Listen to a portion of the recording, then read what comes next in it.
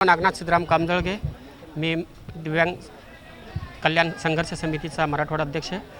आज आम्ही दिव्यांगांचा मोर्चा यासाठी काढलेला आहे.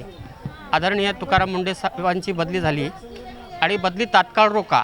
आम्ही सारे तुकाराम मुंडे आहोत म्हणून आम्ही सर्व दिव्यांग या ठिकाणी आलो. त्यानंतर आमदार खासदार निधी आहे. आमदार निधी 30 लाख रुपये आणि खासदार निधी 50 लाख रुपये. त्यानंतर डीपीसी अंतर्गत आम्हाला घोषणा केली होती माननीय पालकमंत्री साहेबांनी 1% निधी डीपीसी अंतर्गत खर्च करू. तोही निधी खर्च केला नाही. त्यानंतर ग्रामपंचायत, पंचायत समिती, जिल्हा परिषदेकडील 5% निधी, त्यानंतर नगरपंचायत, नगरपालिका, महानगरपालिकाकडील 5% निधी, या सर्व मागण्याच्या अनुषंगाने या ठिकाणी आम्ही सर्वजण या ठिकाणी आलेलो आहोत. आणि तात्काळ तुकाराम मुंडे साहेबांची बदली रद्द करा. आम्ही सारे तुकाराम मुंडे अशा घोषणा देत आम्ही या ठिकाणी आलेलो आहोत.